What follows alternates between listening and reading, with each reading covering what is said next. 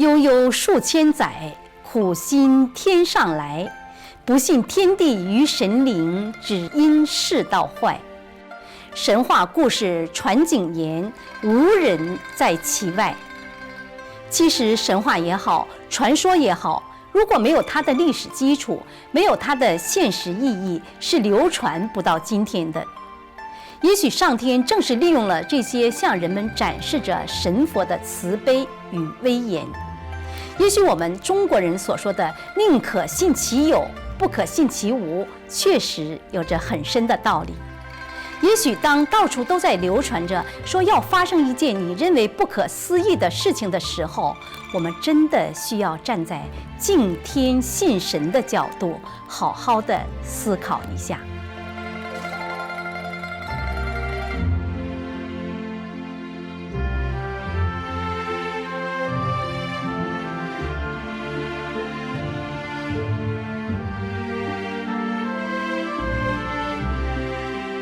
2006年，新唐人全球华人新年晚会，其中的5句红眼石狮的故事是观众朋友最喜爱的节目之一。故事深刻描写了中国传统文化的敬天地、礼神明、乐善好施、扶老携幼以及善恶有报的精神内涵。接下来，我们就一起观赏5句红眼石狮的片段。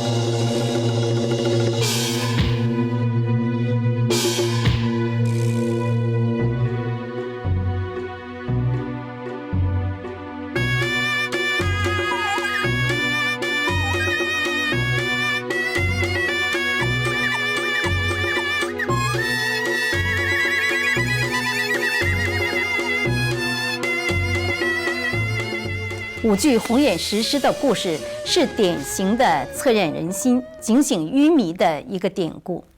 当乞丐抖落一身烂衫，展现神佛光芒万丈、无比庄严的真正的形象时呢，人间的善恶立刻分明。那么这台舞剧的编导及善心夫人的表演者，原加拿大皇家舞蹈学院的老师张铁军女士，为什么会选择这个传说作为这个舞剧的创作背景？那么现在呢，我们就和观众朋友一起走进这台舞剧的台前幕后。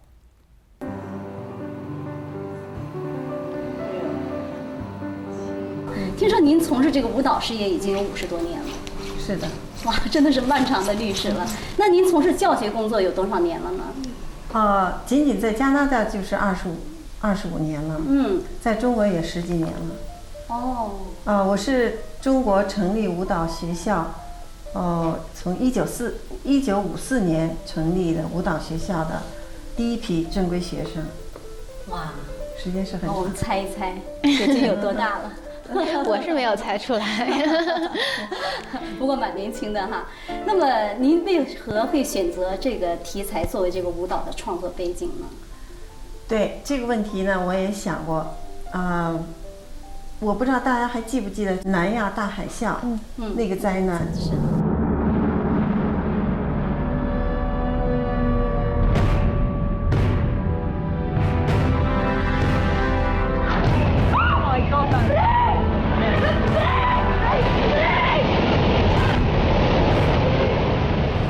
哎呀，当时我听到这个消息，我简直是不知道怎么办了，我就觉得哎呀非常震惊，因为我当时就想，人的生命啊，真是就是很渺小了，就是瞬间就这个大自然的这种力量就是不可抗拒的，所以啊，当时就非常心痛，非常心痛。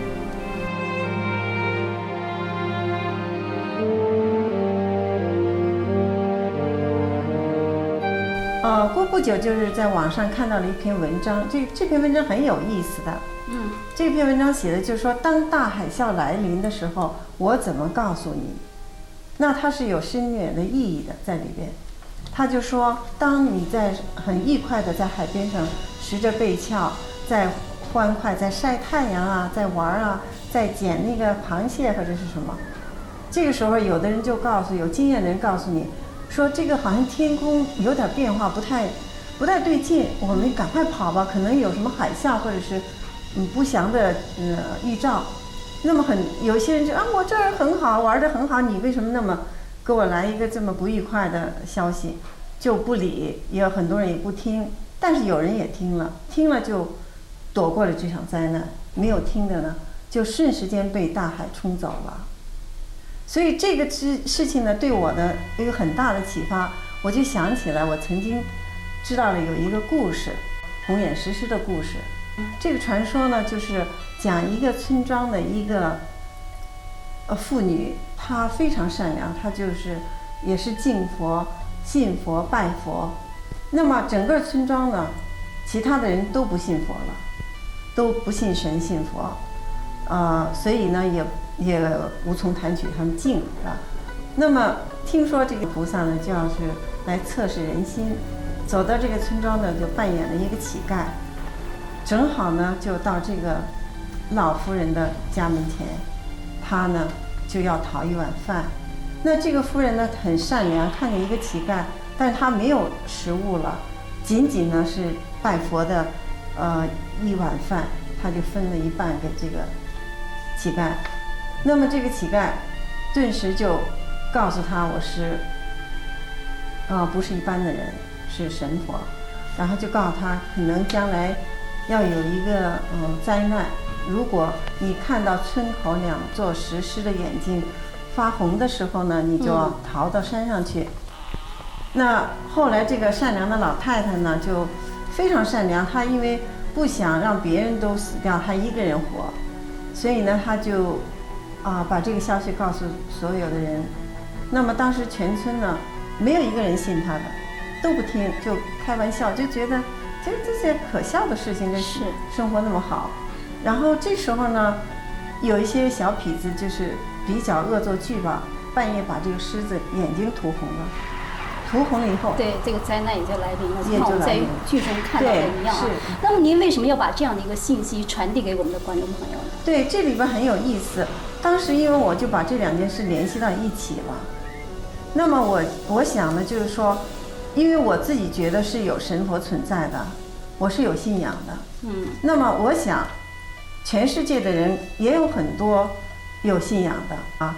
那么中国自古到今5000年的文化都是告诉人们是有神有佛的，我们中国历史就是这样的。所以呢，就是大家要知道善恶有报，你要做善事，要做好事，要做一个好人，你才会有好的未来。如果你做坏事，你去欺负别人，甚至你去虐杀别人的话，你一定要遭到恶报的，这是一个天理。就是人呢，你做什么事情的时候，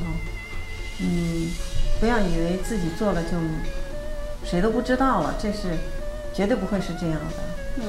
就是特别是我们搞艺术的，就应该用艺术的这个这种形式吧，去教人向善把最好的东西传递给所有的人。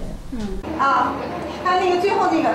你看那个舞姿，最后那个舞姿要转圈的时候，这个手要不是水的啊，是要有舞姿的，一定要有舞姿的。有一些人是用这个艺术的手法呢，去为他的政治服务，比如就现在在中共吧，他用这样一种形式呢，去灌输给人互相仇恨、互相残杀，特别是对这种信仰真善人、修佛修道的人，这样去污蔑。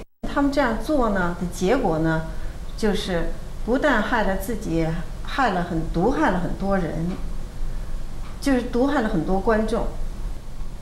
其实你要说到这个啊，我记得我也在明慧网啊，有一些网站上也看到过类似的消息。比方说，那个国内当时不是破坏法轮功吗？有很多恶警啊。当时真的是，我听到有一个故事，就说就闯到人家家里去了，然后人家说你这不像土匪吗？他说怎么我就是土匪？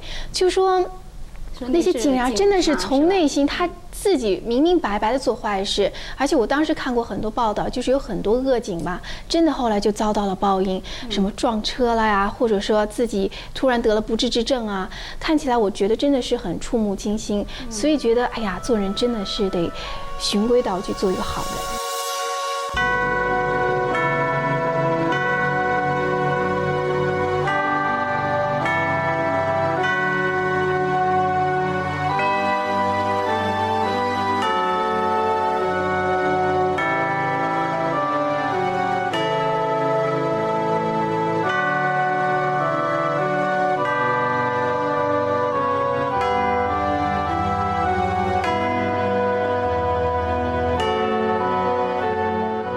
舞剧中的观音菩萨的扮演者齐婉玲，她是如何表现观音和乞丐这两个完全不同的角色的？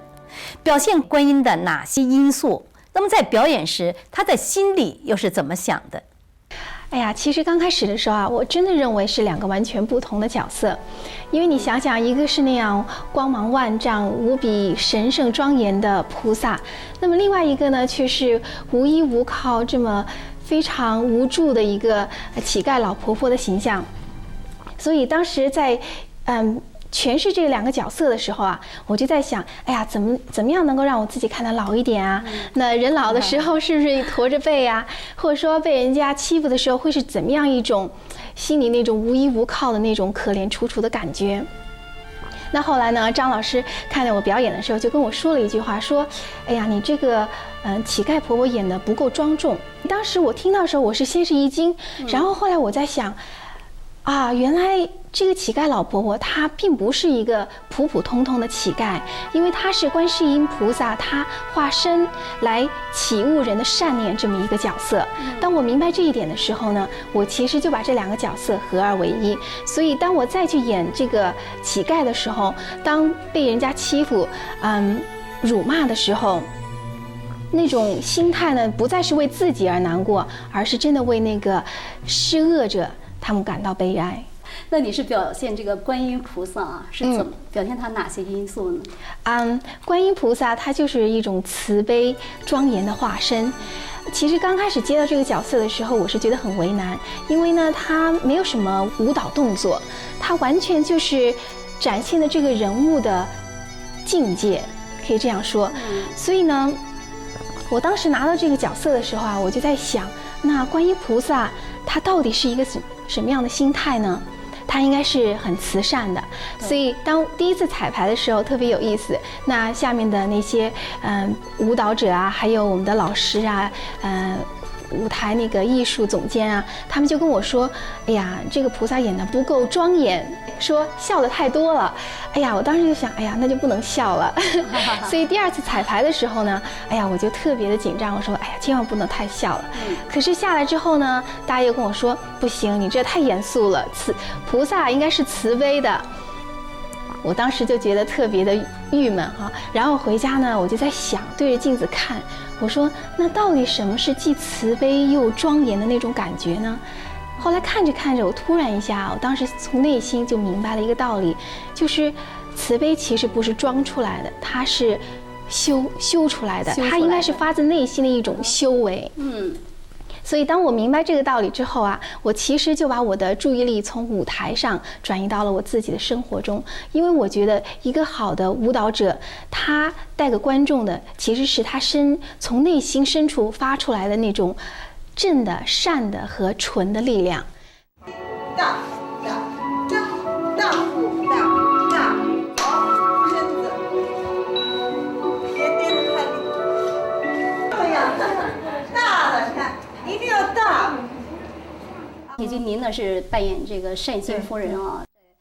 听到那样的一个消息之后呢，告诉那些百姓啊。可是，在向人讲的时候啊，在我们现实生活中也是一样啊，总是有人听，有人不听。那您在表演这个角色的时候，您心里是怎么想？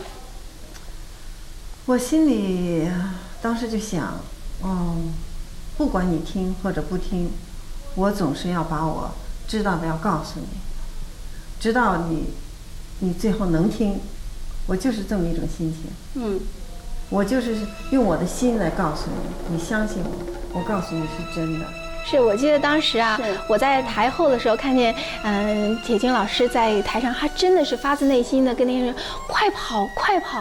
哎呀，我当时一下子我眼泪都要出来了，当时真是这样。实际上我自己在表演的时候，我是真的是在内心在呼唤，而且呢，我不单是向我的表演的这个演员的呼唤，就是扮演的角色，同时呢，我也向底下的观众呼唤，就告诉你们，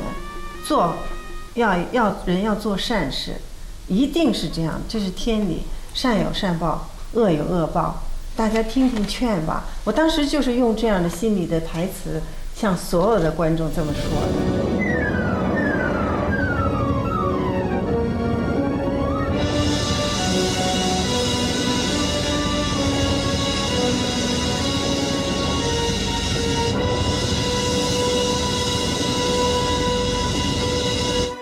那么婉玲啊，您是在这个剧中扮演观音菩萨的这个角色哦。是，在这个舞剧当中呢，它是告诉人们呢将有灾难的发生。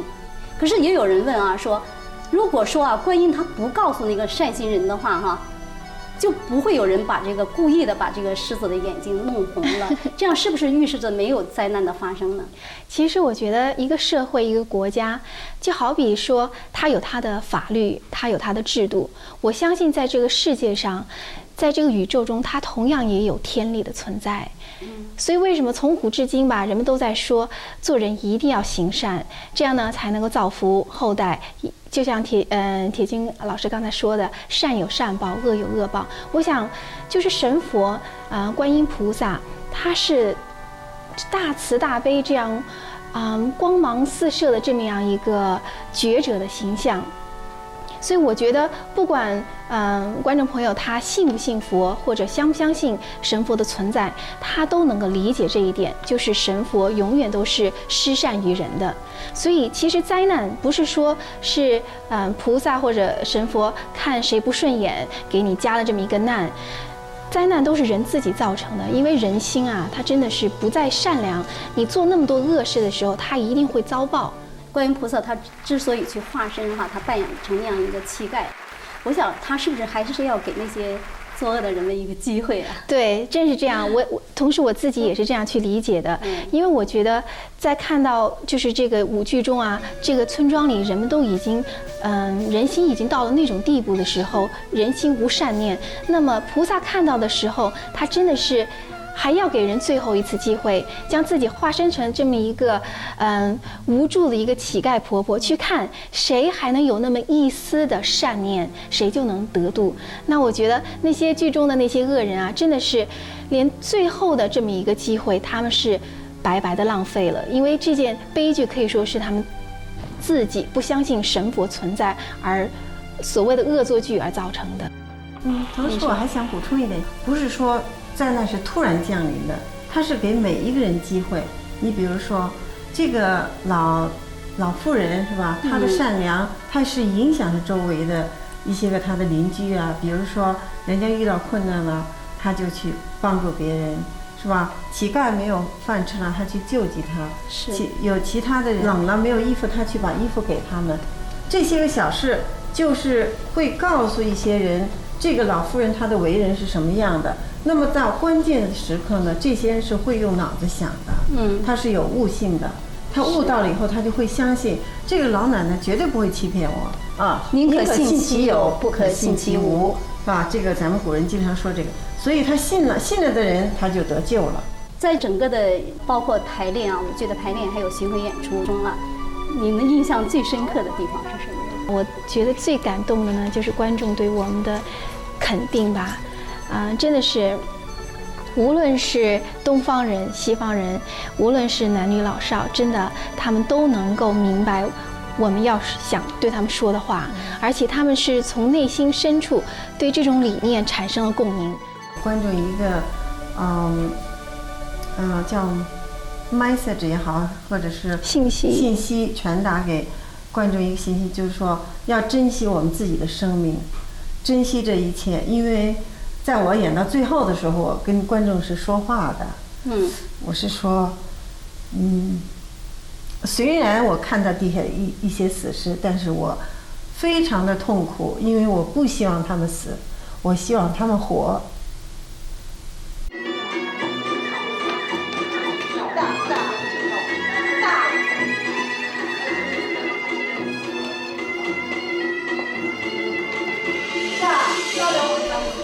你好，你在这个剧中啊，这个舞剧当中呢，你扮演这个不善人哦。对。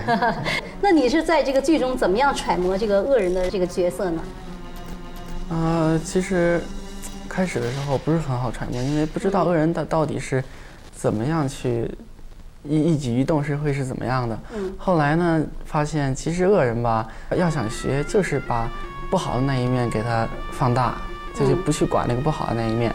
没有任何的顾忌，对，为所欲为。对，我想起来了，好像剧中那个把狮子那个眼睛弄红的那个人就是你哦。对，就是我。对。你为什么表现那么傲慢自大，不听人的劝说呢？我演这个角色是个富家公子，比较傲慢的富家公子。他就比较注重这个贵贱之分，所以呢，他觉得那个老婆婆说的话，他怎么会去信呢？所以。对，而且他带头嘛，他有钱，他带着那2个人去做这些事情。所以说，我们不要以貌取人啊。对。那你在这个现实当中啊，在现实生活当中有没有碰到这样的人？现实生活当中有很多这种例子，像在中国那些破坏法轮功的恶警嘛，就是很典型的一个例子。有一些就是刚刚打完法轮功学员，出门之后可能就出事了，也有一些当场就暴死，所以这些例子还是蛮多的。那你爸爸妈妈喜欢你扮演这个角色吗？开始的时候真是不喜欢扮演这角色，因为是个反面角色嘛，他们希望我扮演一个正面角色。正面角色。对，但是后来呢，看我跳的也还行，也就没说什么。是。对，其实这个反面角色它也是起到一个很好的作用，去告诉人们这个干坏事的下场。对。就说不要做坏事。对，善恶有报。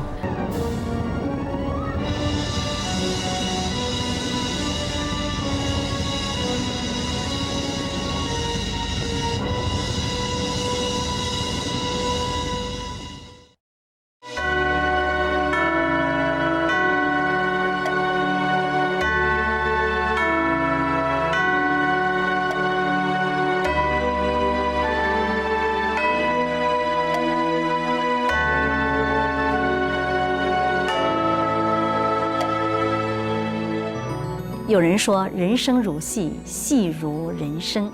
舞剧红眼石狮的受欢迎，是不是也意味着人们内心对传统文化道德的憧憬与向往呢？当看到节目表演结束时，观众久久不忍离去的景象，似乎得出了这个问题的答案了。